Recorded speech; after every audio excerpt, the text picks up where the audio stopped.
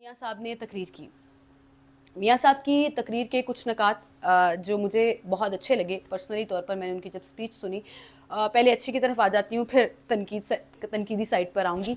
तो जो नकात मुझे अच्छे लगे उसमें यह था कि उन्होंने कहा कि मैं बदले की सियासत नहीं करूँगा। ये वही बयानियाँ हैं जो बिलावल भुट्टो ज़रदारी साहब ने पार्लियामेंट के अंदर नुक्ता उठाया था, और मियाँ साहब ने आकर जब ये बात कही तो ऐसा लगा कि उनका मैसेज पहुंच गया है। वो मैसेज उन्होंने नवाज शरीफ साहब और सदर जरदारी साहब के लिए, साबिक सदर जरदारी साहब के लिए भी दिया कि कब तक आप बदले की सियासत करेंगे, कब तक ऐसा चलता रहेगा इस मुल्क में। मेरे और मरियम के लिए सियासत करना मुश्किल हो जाएगा। ये एक इक्तदार में होता है, एक कुर्सी पर होता है, तो दूसरा जेल में होता है, और आज भी ऐसा ही है। ऑपोजिशन जो है वो बिल्कुल ख़त्म नज़र आती है। आज भी ऐसा ही है कि पीटीआई की रिप्रेजेंटेशन नहीं है और नून लीग अपना ग्लोरियस पीरियड इंजॉय कर रही है। और जब पीटीआई अपना ग्लोरियस पीरियड इंजॉय कर रही थी तो नून लीग के ऊपर एक कड़ा वक्त था। तो ये आते साथ ही कह देना अपनी स्पीच में मियाँ साहब का कि बदला या इंतकाम की जो आग है वो मेरे दिल में नहीं है। मैंने काम करना है और इस मुल्क को बेहतर करना है, तो ये एक अच्छा जेस्चर था।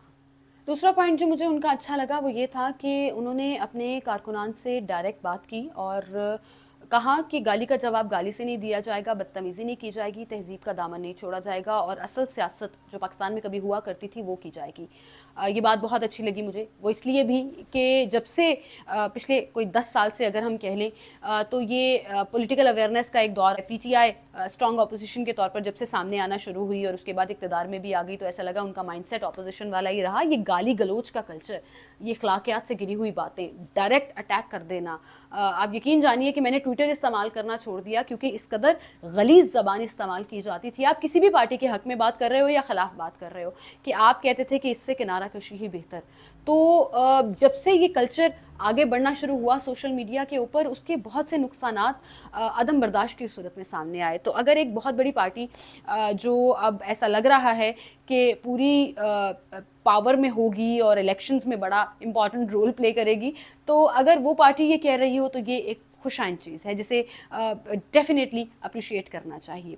इसके अलावा मियाँ साहब ने जो तीसरा पॉइंट मुझे बड़ा अट्रैक्ट किया वो ये था कि पाकिस्तान के हालात बेहतर करेंगे। वो मवाजना और 2016 की बातें और मोटरवेज़ बनाई और 1998 की बातें तो ठीक थी, वो आपके क्रेडिट्स हैं, आप हर दफ़ा हर स्पीच में उसका जिक्र करते हैं और आप समेत पार्टी के तमाम लीडर्स उसका जिक्र करते हैं। लेकिन बार बार जब आप गरीब की बात कर रहे थे, आटा, चीनी, घी, बिजली, पेट्रोल, इन तमाम चीज़ों की बातें कर रहे थे, रोटी की कीमत जब आपने आम लोगों से पूछी, तो आप यकीन जानिए कि वो लगा कि आप अवामी बात करना चाहते हैं, आपके पास कोई प्लान है जो आप आवाम के लिए बेहतरी करना चाहते हैं। आपकी पार्टी जो है वो अगर अब भारी अक्सरियत से आ जाती है तो शायद कुछ बेहतरी करेगी। वहीं पर मुझे कुछ तनकीदी पॉइंट्स भी लगे उनके स्पीच में। मुझे लगा कि ऐसा लगा कि पुरानी स्पीच है। मियाँ साहब ने खुद जिक्र किया कि मैं 6 साल के बाद तकरीबन एक मजमे में एक जलसे से बराह रास्त ख़ताब कर रहा हूँ, लेकिन वहीं पर वो गिरदान जो शायद 6 साल पहले सुनाई दी थी कि मुझे क्यों निकाला,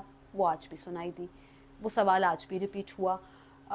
डायरेक्ट अटैक नहीं किया उन्होंने किसी पर, लेकिन मुसलसल मवाजना चलता रहा। वो चाहे पीटीआई के चेयरमैन और इस वक्त जेल में मौजूद इमरान खान साहब से हो, वो चाहे इनडायरेक्टली नाम लिए बगैर इदारों की तनकीद के हवाले से हो।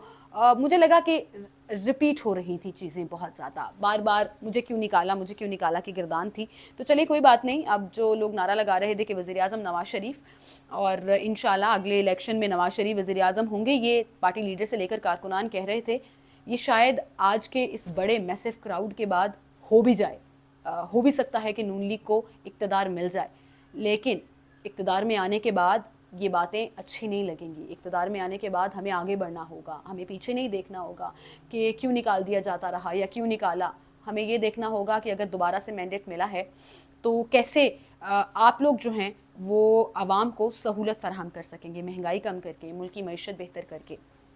तीसरा पॉइंट जो मुझे उनकी स्पीच में ये बहुत से सहाफ़ियों ने पॉइंट आउट किया है और मुझे भी वो पर्सनली तौर पर बिल्कुल अच्छा नहीं लगा। जब आप पिन पॉइंट करते हैं अपने सियासी मुखालिफिन के जलसों को और जब आप कंपैरिजन और मुवाजना अपनी स्पीच में करना शुरू कर देते हैं, तो मैं समझती हूँ कि आपने अपना एजेंडा और अपना बयानिया पीछे छोड़ दिया। ये कंपैरिजन्स जब ख़ास तौर पर ख़वातीन को पॉइंट आउट करके किए गए हों, हर जलसे का अपना कल्चर होता है, हर जलसे में अपने तरीके से सेलिब्रेशंस की जाती हैं, अपने लीडर की स्पीच से लेकर उस जलसे में मौजूद तमाम कारकुनों के जज्बात तक, हर एक का अपना एक रंग होता है, अपना एक कल्चर होता है। अब ऐसे में अगर तहरीक इंसाफ के जलसों में गाने म्यूज़िक के साथ चलते हैं या ढोल की थाप होती है और उसमें लड़के या लड़कियां डांस करते हैं या अपने पॉलिटिकल इन्वायरमेंट को एंजॉय कर रहे होते हैं, तो मेरे ख्याल से उनको तनकीद का निशाना नहीं बनाना चाहिए। मेरे ख्याल से ये नहीं कहना चाहिए कि देखो हमारे जलसे में ढोल नहीं बज रहा, देखो यहाँ पर धमाले नहीं डाल रही हैं ख़वातीन। सबकी अपनी चॉइस है। उस जलसे में जाकर अगर कोई डांस कर रहा है, कोई खातून इंजॉय कर रही है, तो उसकी अपनी चॉइस है। इस जलसे में आकर अगर ख़वातीन नहीं डांस कर रही हैं और मियाँ साहब उसको पॉइंट आउट करना चाहते तो वो बनता नहीं था। एक पार्टी के इतने बड़े लीडर, 3 मरतबा के साबिक वज़ीर-ए-आज़म का ये बनता नहीं है, ये कमेंट करना बनता नहीं है। अगर खान साहब के ऊपर हम तनकीद कर सकते हैं कि विक्टिमाइजेशन उन्हें नहीं करनी चाहिए, वो चाहे रेप केसेस हों, असॉल्ट केसेस हों ख़वातीन के हवाले से, तो फिर यहाँ पर मियाँ साहब का भी नहीं बनता कि उस जलसे में मौजूद ख़वातीन को तनकीद का निशाना बनाकर अपने जलसे में मौजूद ख़वातीन को थोड़ा बरतर बना दें। खुदारा ये कंपैरिजन्स बंद करें, ये कहीं पर भी हमें सपोर्ट नहीं करेंगी।